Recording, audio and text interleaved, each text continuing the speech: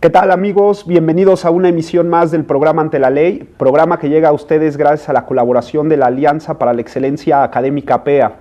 Mi nombre es Guillermo Tenorio y el día de hoy vamos a tener un programa sumamente interesante, pues hablaremos del capitalismo y sus implicaciones. Y para ello hemos invitado al doctor Luis Felipe Martí Borbolla, quien es profesor de tiempo completo del Instituto Panamericano de Alta Dirección de Empresa, mejor conocido como el IPADE. Doctor, sea usted bienvenido a nuestro programa. Muchas gracias, Guillermo. Y sin mayor preámbulo, les recomiendo que empecemos el diálogo ante la ley. Adelante. Doctor, claro, este tema del capitalismo nos da para mucho. Y yo creo que para situar el tema, la pregunta obligada sería, ¿qué debemos entender por un sistema capitalista? La palabra capitalismo es muy elocuente porque la palabra viene de caput, que es cabeza.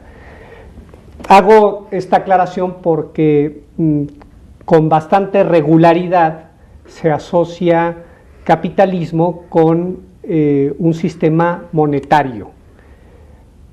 Y habría que cuestionarse si este es el capital más importante, el capital monetario, porque también contamos con un capital importantísimo en un mundo globalizado como el actual, que es el capital social. Pero la palabra capitalismo, que deriva, como decía, de caput, hace sobre todo relación a el capital intelectual, al conocimiento que es capaz de generar riqueza, que es capaz de generar innovación. Y este sistema capitalista ha estado muy de la mano con los sistemas financieros y últimamente con la especulación. La especulación goza actualmente de un mal cartel, pero hay que aclarar que la especulación es algo natural a la persona. Para que alguien pueda calcular se necesita que otros previamente hayan especulado. Claro. También es elocuente la palabra especulación porque viene de speculum, que significa espejo. Y la función de un espejo es reflejar la realidad. Cuando la especulación no refleja la realidad, es cuando ésta se vuelve inmoral, es cuando ésta se vuelve cuestionable, es cuando el capitalismo deja de ser un instrumento que sirva para beneficio del hombre y que se revierte en su contra. Claro, pero no, en toda la historia de la humanidad el término del capitalismo es reciente, porque, a ver, en la antigüedad no hablábamos de capitalismo. En la Edad Media, quizás en la Baja Edad Media, por ahí ya con las ferias que se hacían, pues ya hay como que hay unos indicios de acumulación de riqueza. Y propiamente ya vemos como que signos muy evidentes de este capitalismo en la época moderna. ¿En dónde surge esta idea, como la entendemos ahora, del capitalismo? En muy buena medida, Guillermo, relacionado a las casas de bolsa, relacionado al mercado, a los sistemas financieros. O sea, especulación y capitalismo van de la mano. En muy buena medida, sí. Cuando se desnaturaliza, cuando se desvirtúa esta especulación, este capitalismo, es cuando, volviendo al ejemplo del espejo, es cuando uno pone un espejo enfrente de otro espejo, ¿verdad? Uno lo que está viendo ahí ya no son reflejos de la realidad, sino lo que estás viendo son reflejos de reflejos. Estás viendo espejismos. Claro. Y eso es lo que empieza a provocar burbujas financieras, burbujas en sistemas capitalistas, burbujas que a veces terminan siendo terriblemente devastadoras, tremendamente destructivas. Se necesita especular para que otros puedan calcular. Y me gustaría apuntar dos razones por las cuales pienso yo que éticamente, moralmente, podemos justificar estos sistemas de especulación y sistemas capitalistas. Porque entiendo que, a ver, a mí me gustaría aquí hacer una pregunta. Siempre ha habido acumulación de riqueza en la historia de la humanidad. Esto me llevaría a pensar que, o a lo mejor hacer una propuesta de decir, ¿el ser humano tiene un espíritu capitalista? Tiene un espíritu capitalista, tiene un espíritu de competencia, tiene un espíritu de aventura, que en el momento en que se remueve este elemento de competencia, este espíritu de aventura, este elemento de innovación, estás empobreciendo a la persona. Y voy justamente a la justificación ética de la especulación. Me parece que una razón que justifica la especulación es que transmite el riesgo de gente que no tiene capacidad para absorber riesgo a gente que tiene esa capacidad para manejar ese riesgo. Y otra razón por la cual pienso que se justifica moralmente la especulación es porque inyecta liquidez a los mercados, o dicho de otra manera, transfiere dinero de gente que tiene ese dinero a gente que no lo tiene. Eso crea oportunidades de trabajo, fuentes de empleo, promueve la economía, hace que los negocios prosperen.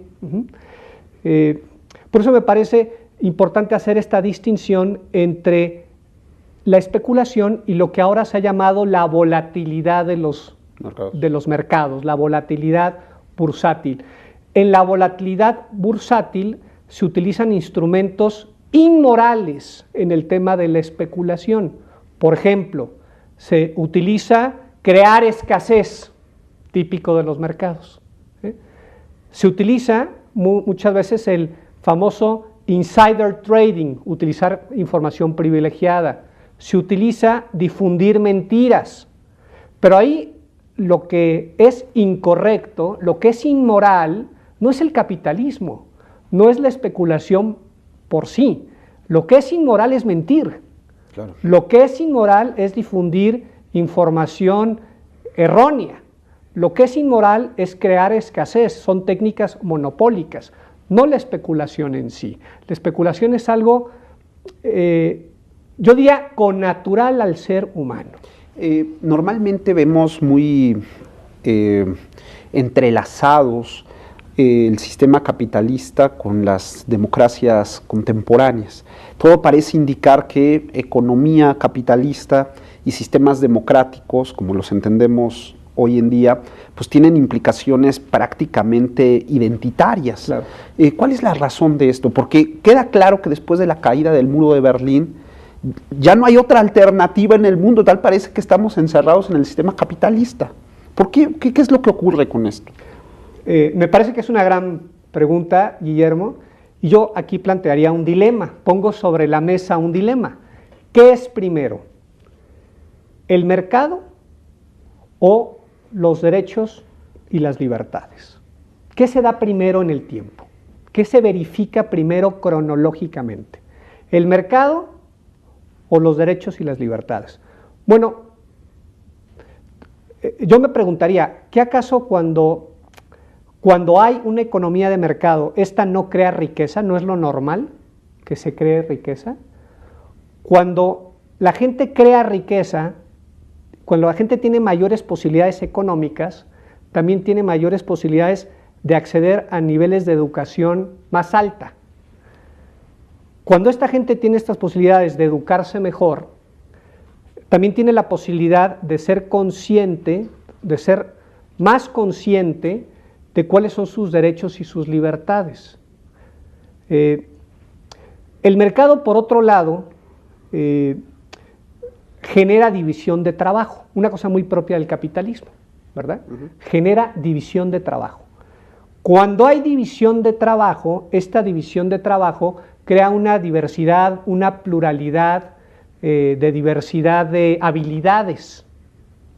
Esta diversidad de habilidades crea una diversidad de gustos, una diversidad de aficiones.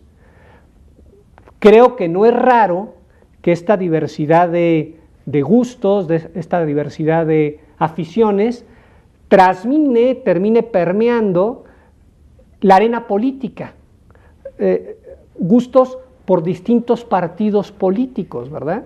El mercado, al empezar a funcionar, al moverse a la palanca económica, también te crea un marco jurídico.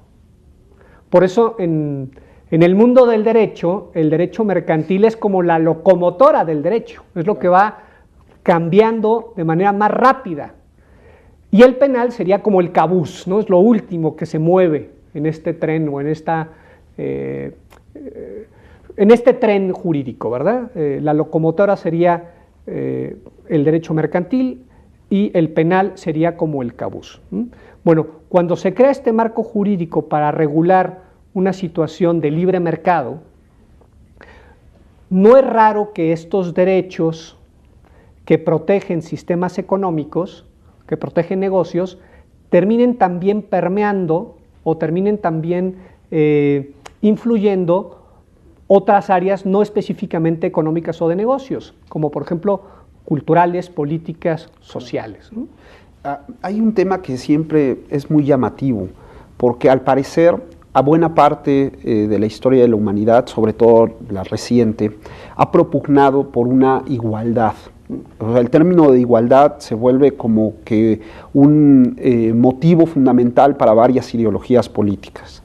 Y al parecer el capitalismo pues va distinguiendo. El capitalismo, hombre, propugna una igualdad ante la ley, pero con las distinciones pertinentes.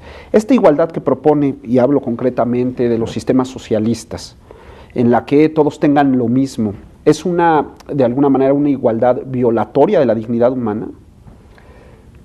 ¿Antitética a la naturaleza humana? Claro, a ver, me parece que lo que es lo jurídico es distinguir las diferencias. La justicia, como tú bien sabes, Guillermo, pues es darle a cada quien lo que le corresponde. Lo que sería tremendamente antijurídico sería medir a todo mundo con el mismo rasero, claro, ¿verdad? Hay que subrayar que todos tenemos la misma dignidad como ser humanos y que todos debemos de tener la misma igualdad de oportunidades ante la ley, la misma igualdad de oportunidades ante el mundo económico. Pero lo que me parece que sería tremendamente injusto sería medir a todos con las mismas categorías. El capitalismo, por supuesto, que hace distinciones, pero me parece que también uniforma y me parece que también da tremendas oportunidades.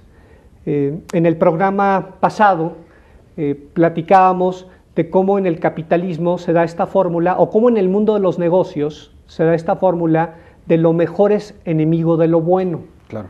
Y contábamos en aquella ocasión que en un negocio, si nos ponemos en el mejor de los escenarios, pues el mejor escenario para un vendedor sería vender lo mínimo por cuestión de inventarios, claro, al máximo precio posible, ¿verdad? Claro.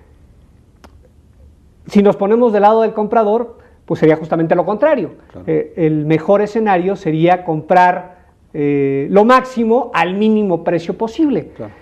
Eso provoca una negociación.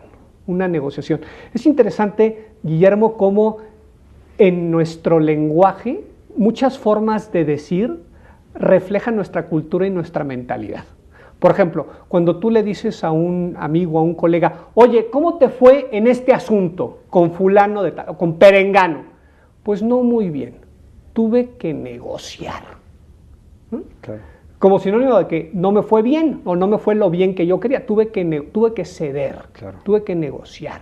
Tenemos esta mentalidad de suma cero, no de ganar, no de suma positiva. O sea, para que a mí me vaya bien, al otro le tiene que ir mal, claro, ¿verdad? Y justamente lo que provoca la negociación es un punto de equilibrio entre las dos partes, muy propio del capitalismo. Una negociación de suma positiva, de ganar, claro, que genera, comentábamos en aquel programa, dos cosas muy importantes para la democracia, dos cosas muy importantes para vertebrar, para articular la sociedad civil, que es compromiso y confianza. O dicho de otra manera, cuando uno hace negocios éticos, claro, uno va dejando detrás de sí una estela de compromiso y confianza, que termina siendo como el lazo y cemento de una sociedad democráticamente articulada. Le propongo que vayamos a un breve corte y regresando platiquemos de las prácticas malévolas del capitalismo. No se vayan, estamos platicando con el doctor Luis Felipe Martí de un tema muy interesante que es el capitalismo y sus implicaciones. Volvemos en un minuto.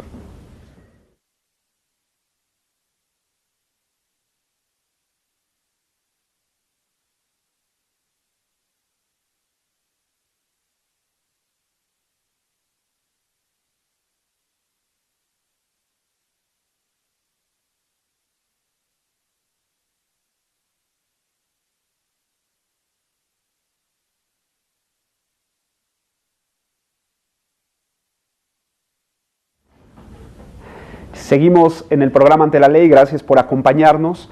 No olviden que si quieren ponerse en contacto con nosotros, lo pueden hacer a través de dos vías. La primera de ellas, a través de nuestra cuenta de Twitter en antelaley_mx, todo en mayúsculas, o bien ponerse en contacto con nosotros en nuestra cuenta de correo electrónico en gtenorio@up.edu.mx, donde con todo gusto resolveremos sus dudas y sumaremos los comentarios que nos hagan para mejorar los contenidos de este programa.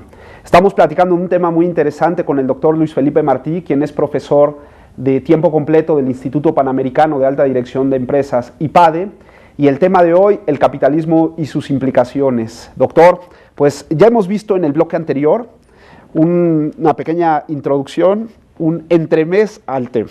Pero vamos a lanzar la pregunta difícil, porque claro, hombre, desde la perspectiva del sistema capital, que de alguna u otra manera, el sistema capitalista que respeta libertades, que propugna un dinamismo en los mercados, que genera fuentes de empleo, pues también hay prácticas malévolas. Este es el adjetivo que quiero utilizar, prácticas malévolas, ¿no? Por supuesto que tienen que ver con la explotación humana. ¿Para qué? Pues para fomentar la productividad o para cualquier otro de los fines que usted guste y mande. Claro. Hay forma de regular esto, porque tal parece que el capitalismo se ha vuelto avasallador y prácticas tenemos todos de grandes compañías, cuyos nombres no voy a mencionar en este programa, pero que utilizan prácticamente la figura de la esclavitud disfrazada para la generación de riqueza. ¿Cómo regulamos esto? Hay formas de regularlo. Es imperativo del derecho regular estas formas salvajes de capitalismo, estas formas abusivas de capitalismo, inmorales de capitalismo. Es imperativo que se regulen. Y a mí me gusta, cuando sale este tema controvertido, hacer la distinción que no es lo mismo el libre mercado que la libre iniciativa.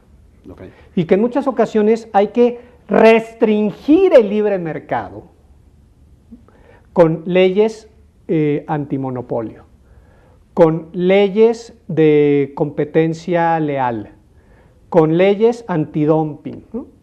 Con instituciones como la Comisión Federal de Competencia, con instituciones como la COFETEL, con instituciones como la Suprema Corte de Justicia. En fin, tenemos una pluralidad de instrumentos para poder restringir este libre mercado que en ocasiones avasalla, que era la palabra que utilizabas hace un momento, Guillermo, avasalla o pisotea derechos como libre competencia, libre iniciativa, libre concurrencia. No podemos ser ilusos, no podemos ir como con el lirio en la mano, ¿verdad? Ingenuamente, claro. Siendo ciegos ante personas que no se portan bien con las reglas del juego, claro. Reglas de juego éticas que debe de tener el capitalismo. Claro. Pero inclusive con el tema del Estado, porque entre Estado y mercado, cuando de pronto determinados actores del mercado adquieren tal fuerza, el Estado se ve muy pequeñito. Usted ahora mismo mencionaba el tema de telecomunicaciones, pero pensemos en algo tan sencillo como a lo mejor la competencia que hay en zapatos deportivos. en donde tengo que abaratar al máximo el costo y eso implica, insisto, ¿no? Tener una fábrica en Nicaragua en donde tengo a gente en condiciones de esclavitud para abaratar los costos de producción. Y el Estado no puede hacer nada. Tal parece que el Estado no puede hacer nada frente a estos grandes capitales. ¿Usted cuál es su opinión al respecto? A ver, el Estado debe de hacer algo. El Estado cuenta con la sociedad civil.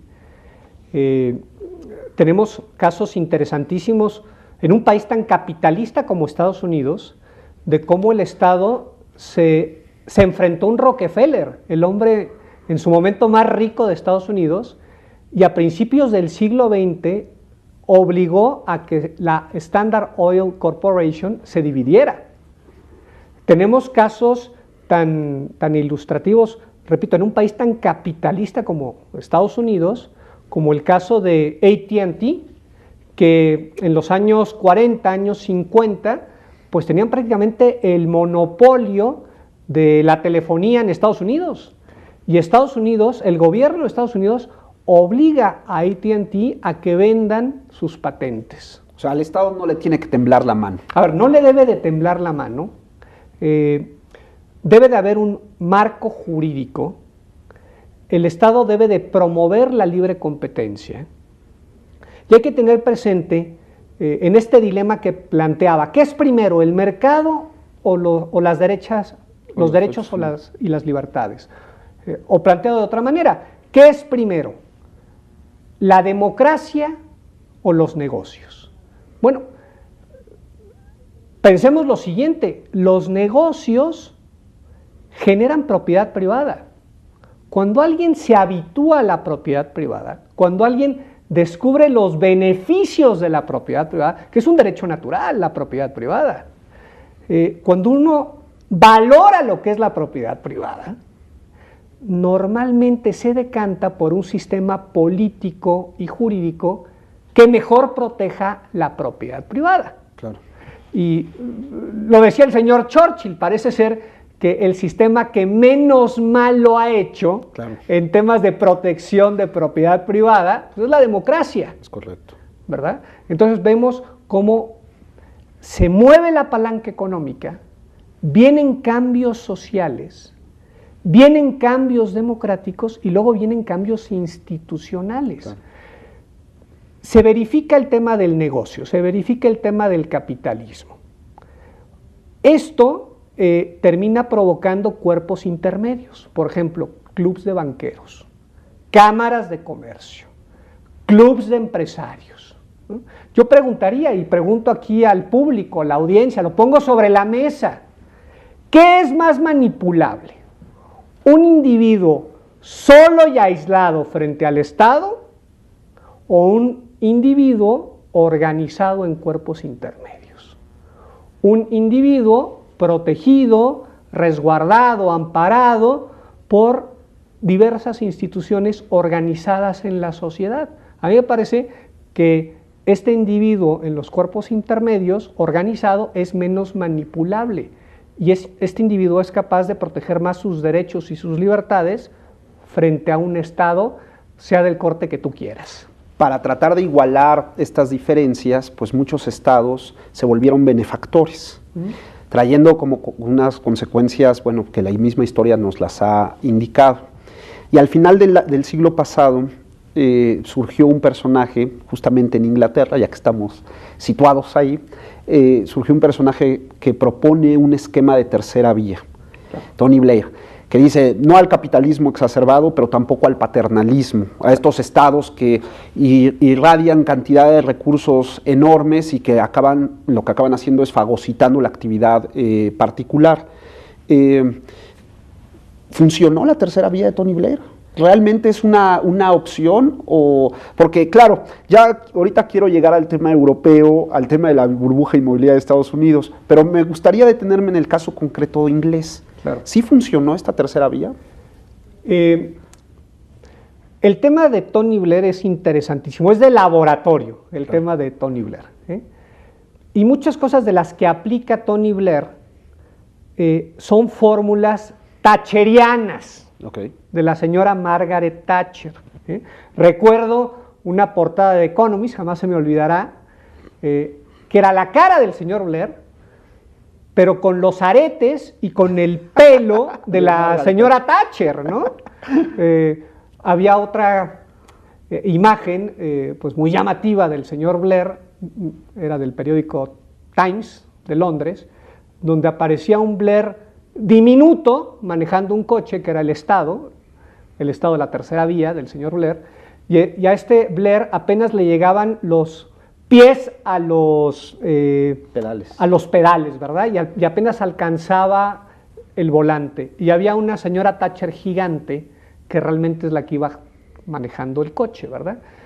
Lo que hace el señor Blair es tomar políticas de los conservadores y aplicarlas de manera mitigada con el sesgo laborista. Hay que recordar que cuando Blair termina su administración pública, el producto per cápita del inglés es superior al del alemán. Me parece que esto es notable. Entonces, en términos de funcionó o no funcionó, me parece que ahí está un dato duro, ¿no? El per cápita del inglés medio era superior al del alemán. Estaba por encima de Inglaterra, Luxemburgo, y no sé si algún otro país, me parece que era nada más Luxemburgo el que estaba por encima del per cápita, pero bueno, Luxemburgo es un país, pues, parece parque industrial más bien, claro, ¿no? Es casi como de fantasía Luxemburgo, ¿no? Es un país muy pequeño. Y, por ejemplo, en los sistemas latinoamericanos o en estos sistemas en donde hay una enorme polarización social, en donde tenemos un grupo de población que vive en condiciones muy precarias, tenemos un pequeño grupo de población que maneja prácticamente todo el capital de ese estado. ¿Cómo hacemos? Porque la intención de esto es que toda la gente de alguna u otra manera participe del sistema y participe de la riqueza.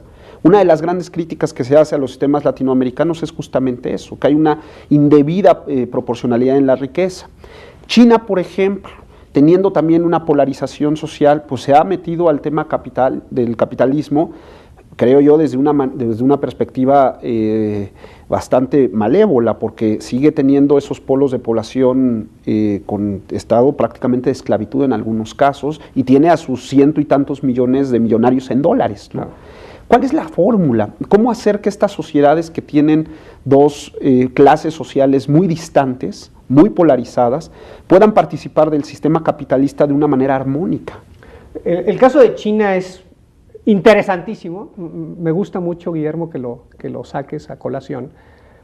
Hay que decir que no hay país en la historia de la humanidad, al menos lo que la historia registra, no hay país en la historia de la humanidad que en tan poco tiempo haya sacado tan masivamente a tanta gente de la extrema pobreza. Eso hay que apuntarlo.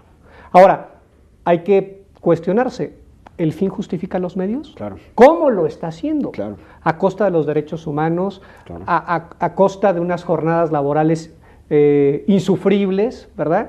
¿Cómo lo está haciendo? Y hay que tener muy presente que aunque nominalmente se sigue llamando República Comunista China, pues eso de comunista está por verse, ¿no? Porque ya ahora 2/3 partes de las fuentes económicas de China provienen de instancias privadas. Sigue teniendo China puntos neurálgicos en la dirección de la economía, ¿verdad? Lo que son las comunicaciones, el sistema financiero, el sistema de transporte, ¿verdad? Pero eso ya es menos, sustancialmente hablando, es menos sustancialmente de lo que la iniciativa privada está generando de riqueza. El caso de China es apasionante porque en su historia milenaria jamás China había tenido, como ya ahora está pasando, gobernantes elegidos democráticamente. Claro. Esto ya se está viendo en zonas rurales de China o en ciudades todavía pequeñas, poco significativas, pero ya hay gobernantes que han sido elegidos democráticamente. Ahora, otro caso interesantísimo es la India, porque la India es la democracia más grande del mundo. Claro. Y la India es el segundo país que en menos tiempo ha sacado más masivamente gente de la extrema pobreza. Ahora, contrasta el caso de China con el caso de una Rusia en los 90, Claro. que le apuesta al libre mercado sin tener un marco jurídico previo. Entonces, ¿qué pasa en la vida ordinaria del ruso? Pues que el ruso percibe cómo los monopolios públicos terminan siendo sustituidos por monopolios privados.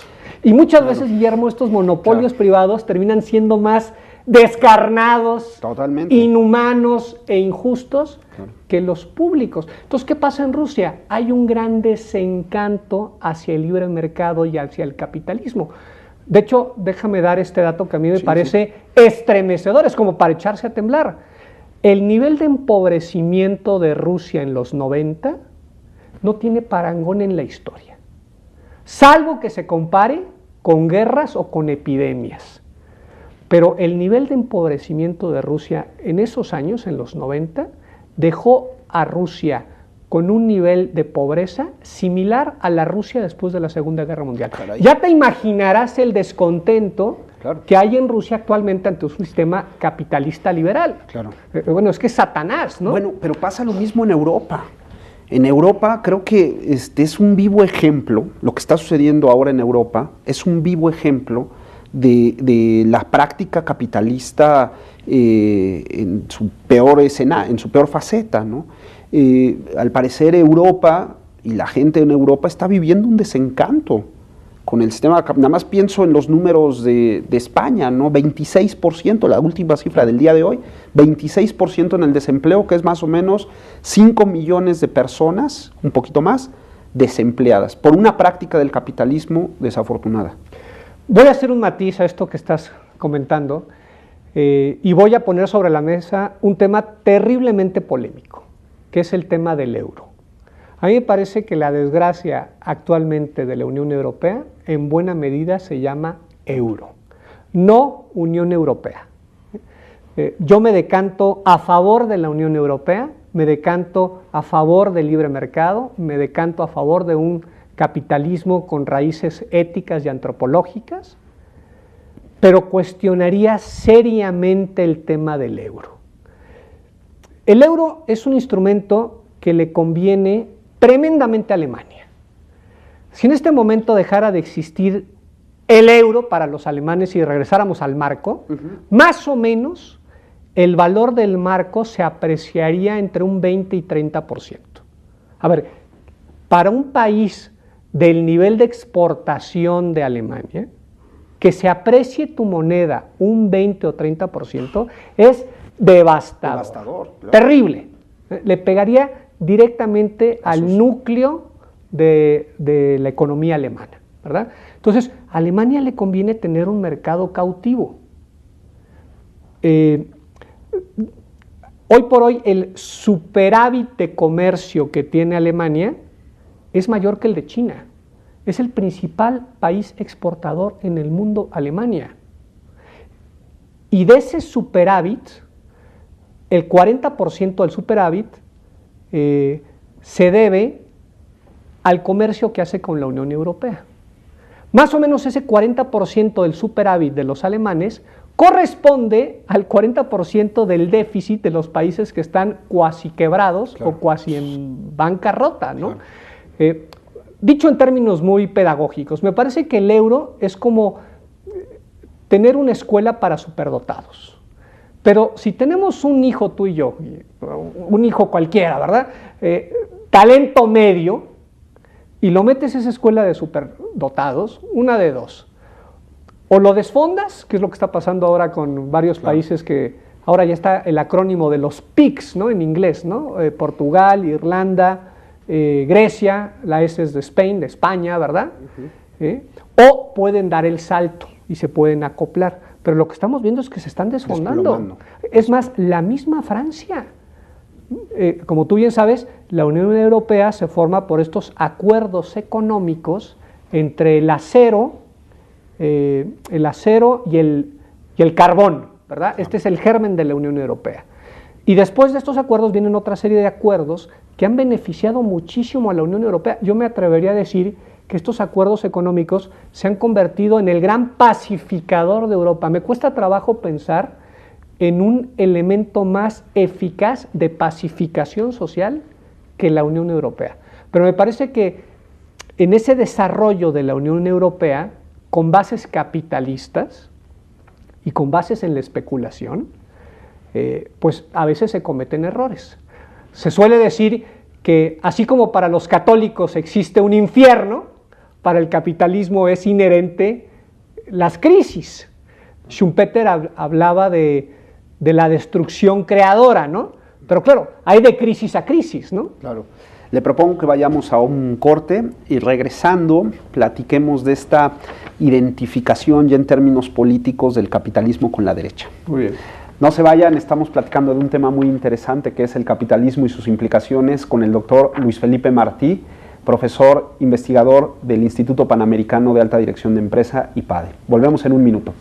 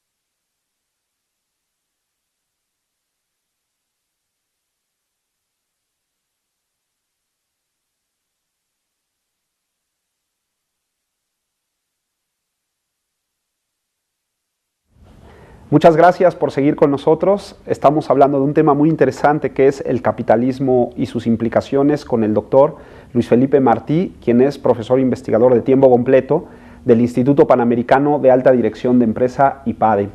Bueno, doctor, ya platicamos de China, ya platicamos de Inglaterra, hemos hablado acerca de todo cómo se va construyendo este sistema capitalista, y hay un tema que antes de entrar al tema político, me gustaría abordar, porque me parece que el capitalismo dentro de aun y cuando podamos darle una vertiente ética a un capital, o llamar un capitalismo ético, tarde o temprano el capitalismo, al parecer, se está volcando en una nueva forma de esclavitud en la humanidad, una forma de esclavitud disimulada que es el consumismo.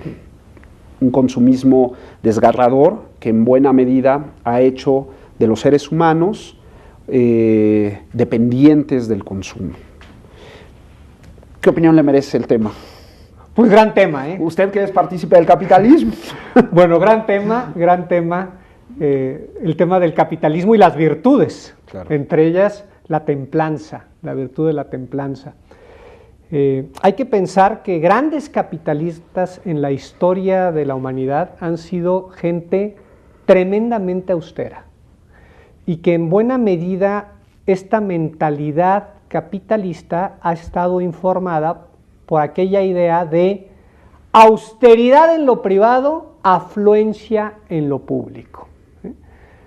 Ejemplos como un Andrew Carnegie, ejemplos como un Henry Ford. Henry Ford, a mi gusto, resume en una frase lo que es la esencia de la sociedad de bienestar.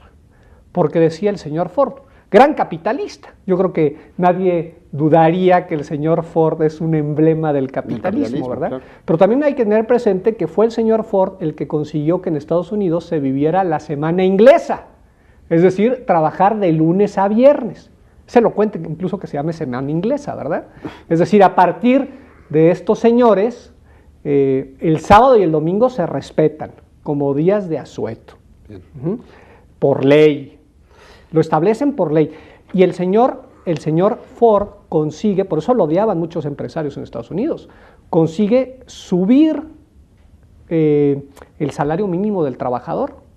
Y decía el señor Ford, yo quiero pagarle lo suficiente a mis empleados para que tengan la capacidad adquisitiva de comprar los coches que producen.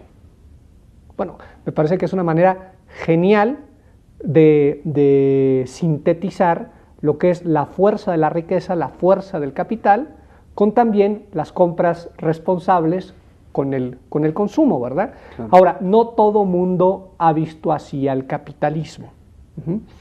Y uno de los personajes más denostados en la historia del capitalismo es el señor Adam Smith, claro, del cual pienso hacer su reivindicación.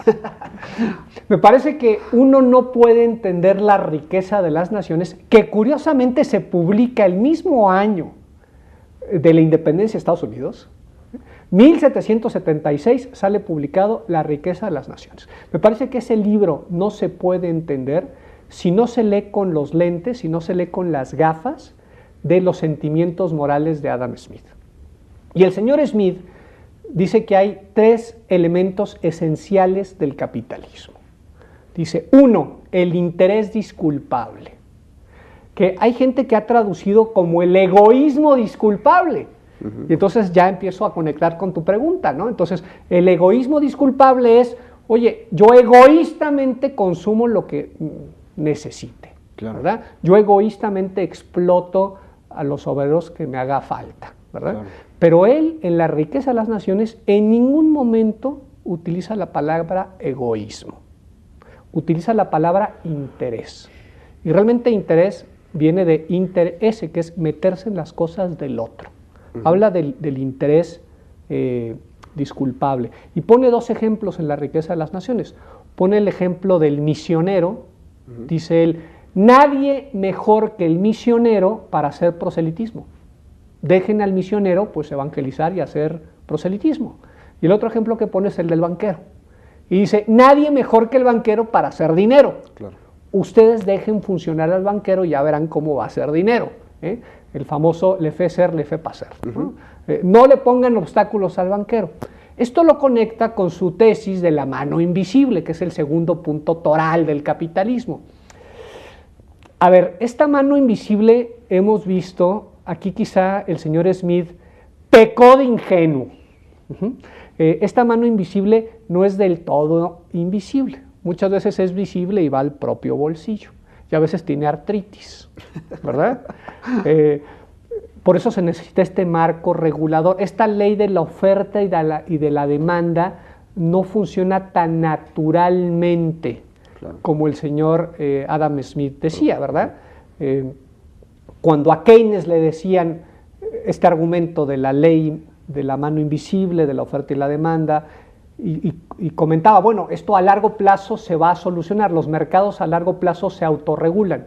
En parte es cierto, pero Keynes, con un sentido común abrumador, decía, a largo plazo usted y yo estaremos muertos, claro, ¿verdad? También se necesitan acciones del Estado que regulen pues estas costumbres a veces consumistas o estas costumbres de explotación. Y el tercer principio de Adam Smith, el tercer elemento toral, es la derrama social, que conecta directamente con el consumismo, claro, ¿verdad? Entonces dice el señor Smith, dejen que el rico sea cada vez más rico, ¿verdad? No hay que poner el acento en el tema de la desigualdad social, hay que poner el acento en generar riqueza. Y llegará un momento en que el rico tenga tanta riqueza que esto va a permear socialmente.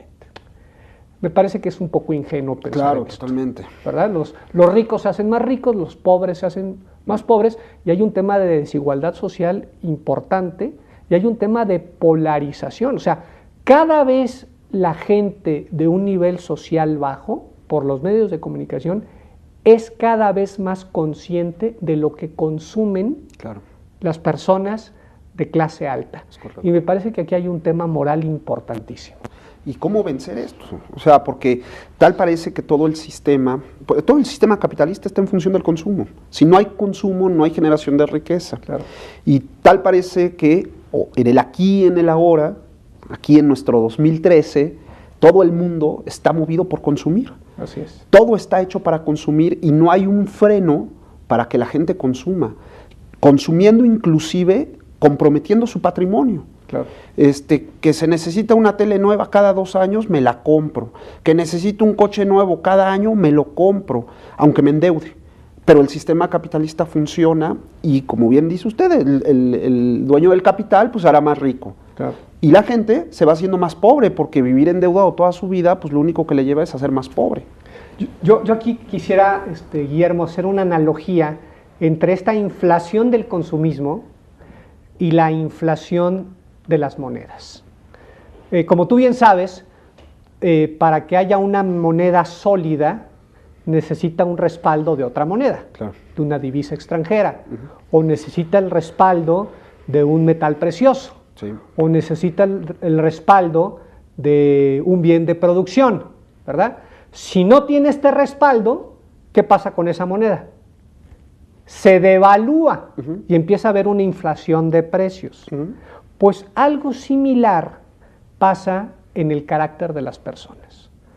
Cuando una persona toma decisiones por únicamente la publicidad, únicamente el capricho, la palabra capricho me parece también muy elocuente, viene de capra, que es cabra, y hay un dicho que dice que la cabra tiende al monte, ¿no? Y los publicistas saben muy bien qué hilos tirar, claro, ¿no? en este tema. Entonces, cuando estas decisiones que uno va tomando día a día no tienen un respaldo en el carácter, en la personalidad, en las virtudes, lo que tenemos, así como en la moneda, es una personalidad devaluada.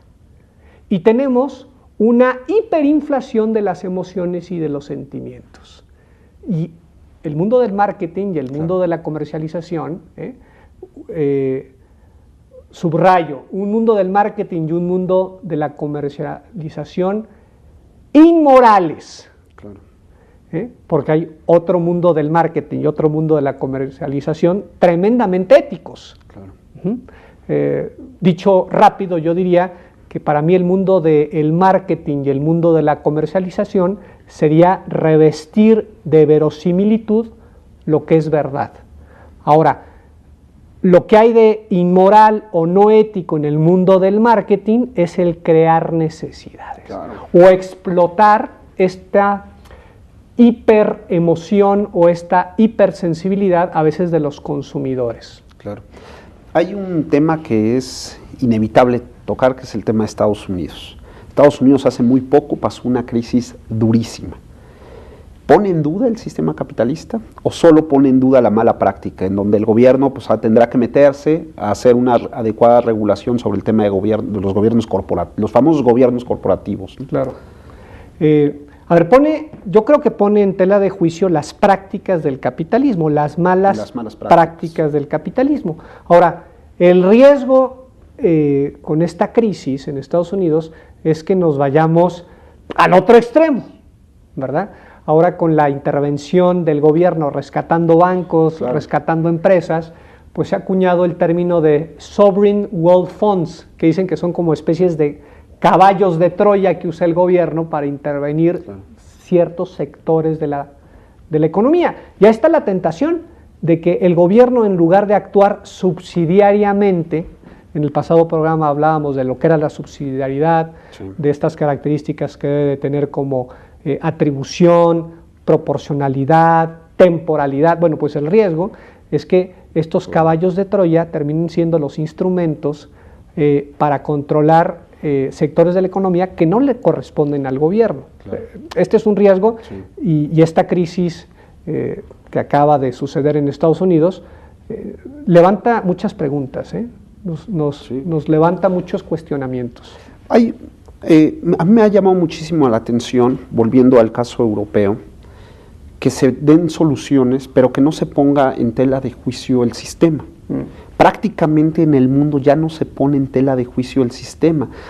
Hace algún tiempo el tema del comunismo alternaba con el capitalismo, o sea, las propuestas, claro, económicas, era capitalismo, comunismo, con todo lo que esto implica, inclusive políticamente se identificaban los sistemas con las derechas y las izquierdas, pero ahora ya no. Ahora ya no hay forma, o usted ya sobre todo futureando, Claro. de que exista una propuesta que alterne con el capitalismo, una propuesta económica. Sí, a ver, en las raíces del capitalismo está el elemento de la confianza. Y yo creo que estas crisis ayudan a revalorar lo que es la confianza.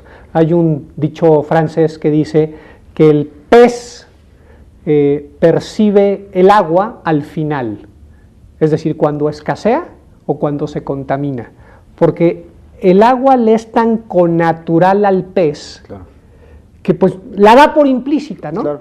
La confianza es tan connatural a nosotros, al tejido social, que uno se da cuenta de la importancia de la confianza cuando empieza a escasear, cuando se empieza a contaminar.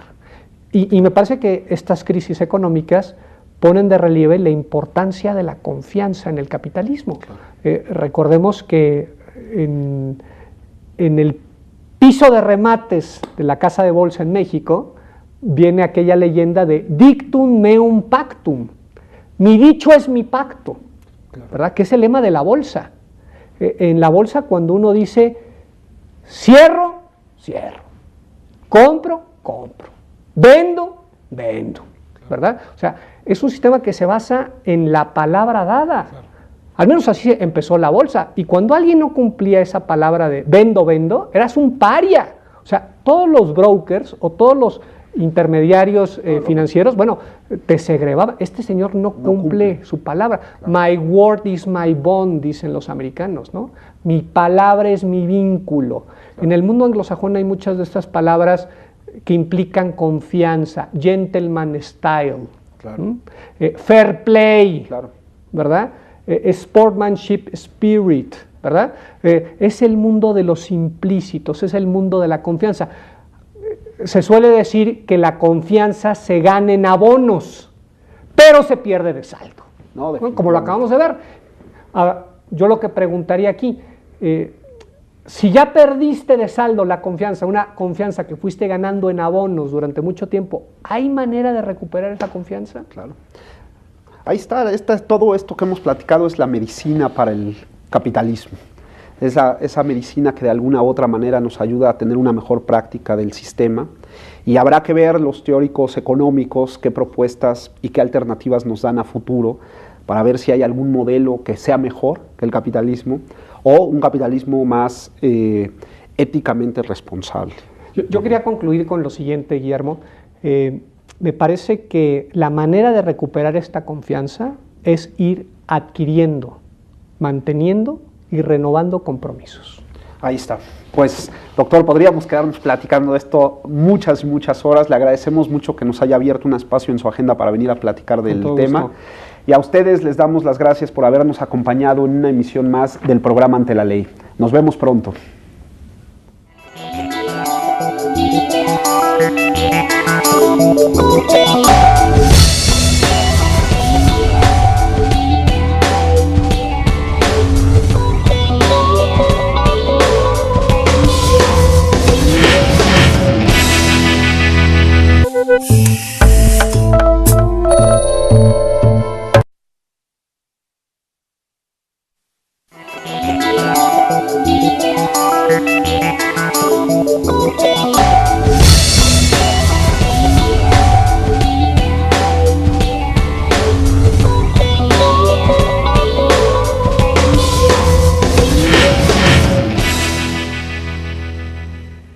¿Qué tal, amigos? Bienvenidos a una emisión más del programa Ante la Ley, programa que llega a ustedes gracias a la colaboración de la Alianza para la Excelencia Académica PEA. Mi nombre es Guillermo Tenorio y el día de hoy vamos a tener un programa sumamente interesante, pues hablaremos del capitalismo y sus implicaciones. Y para ello hemos invitado al doctor Luis Felipe Martí Borbolla, quien es profesor de tiempo completo del Instituto Panamericano de Alta Dirección de Empresa, mejor conocido como el IPADE. Doctor, sea usted bienvenido a nuestro programa. Muchas gracias, Guillermo. Y sin mayor preámbulo, les recomiendo que empecemos el diálogo ante la ley. Adelante. Doctor, claro, este tema del capitalismo nos da para mucho. Y yo creo que para situar el tema, la pregunta obligada sería, ¿qué debemos entender por un sistema capitalista? La palabra capitalismo es muy elocuente porque La palabra viene de caput, que es cabeza. Hago esta aclaración porque con bastante regularidad se asocia capitalismo con un sistema monetario. Y habría que cuestionarse si este es el capital más importante, el capital monetario. Reciente, porque, a ver, en la antigüedad no hablábamos de capitalismo. En la Edad Media, quizás en la Baja Edad Media, por ahí ya con las ferias que se hacían, pues ya hay como que hay unos indicios de acumulación de riqueza. Y propiamente ya vemos como que signos muy evidentes de este capitalismo en la época moderna. ¿En dónde surge esta idea, como la entendemos ahora, del capitalismo?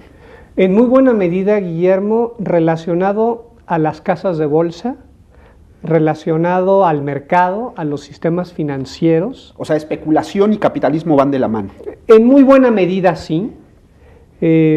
Cuando se desnaturaliza, cuando se desvirtúa esta especulación, este capitalismo, es cuando, volviendo al ejemplo del espejo, es cuando uno pone un espejo enfrente de otro espejo, ¿verdad? Uno lo que está viendo ahí ya no son reflejos de la realidad, sino lo que estás viendo son reflejos de reflejos. Estás viendo espejismos.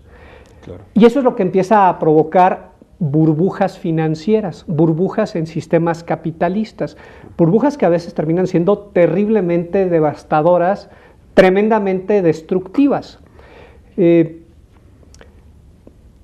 necesita especular para que otros puedan calcular. Y me gustaría apuntar dos razones por las cuales pienso yo que éticamente, moralmente, podemos justificar estos sistemas de especulación y sistemas capitalistas. Porque entiendo que, a ver, a mí me gustaría... Morales en el tema de la especulación.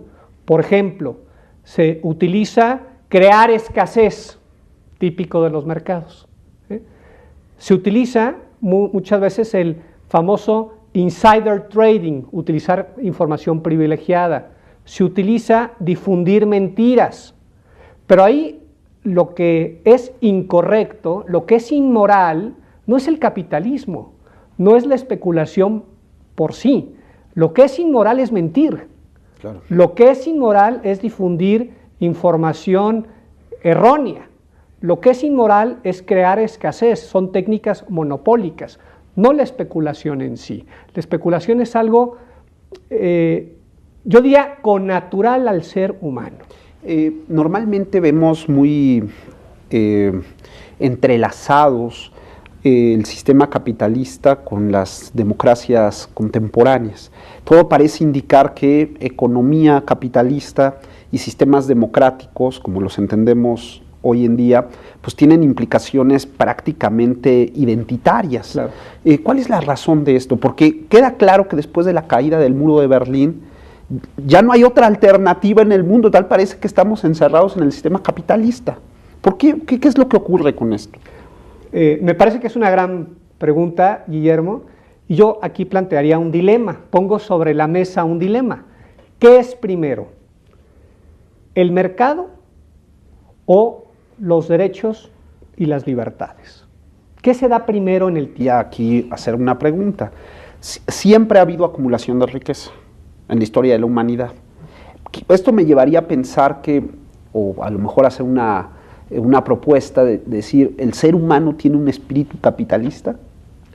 Tiene un espíritu capitalista, tiene un espíritu de competencia, tiene un espíritu de aventura, que en el momento en que se remueve este elemento de competencia, este espíritu de aventura, este elemento de innovación, estás empobreciendo a la persona. Y voy justamente a la justificación ética de la especulación. Me parece que una razón que justifica la especulación es que transmite el riesgo de gente que no tiene capacidad para absorber riesgo a gente que tiene esa capacidad para manejar ese riesgo. Y otra razón por la cual pienso que se justifica moralmente la especulación es porque inyecta liquidez a los mercados, o dicho de otra manera, transfiere dinero de gente que tiene ese dinero a gente que no lo tiene. Eso crea oportunidades de trabajo, fuentes de empleo, promueve la economía, hace que los negocios prosperen. Por eso me parece importante hacer esta distinción entre la especulación y lo que ahora se ha llamado la volatilidad de los mercados, la volatilidad bursátil. En la volatilidad bursátil se utilizan instrumentos inmobiliarios, porque también contamos con un capital importantísimo en un mundo globalizado como el actual, que es el capital social. Pero la palabra capitalismo, que deriva, como decía, de caput, hace sobre todo relación a el capital intelectual, al conocimiento que es capaz de generar riqueza, que es capaz de generar innovación. Y este sistema capitalista ha estado muy de la mano con los sistemas financieros y últimamente con la especulación.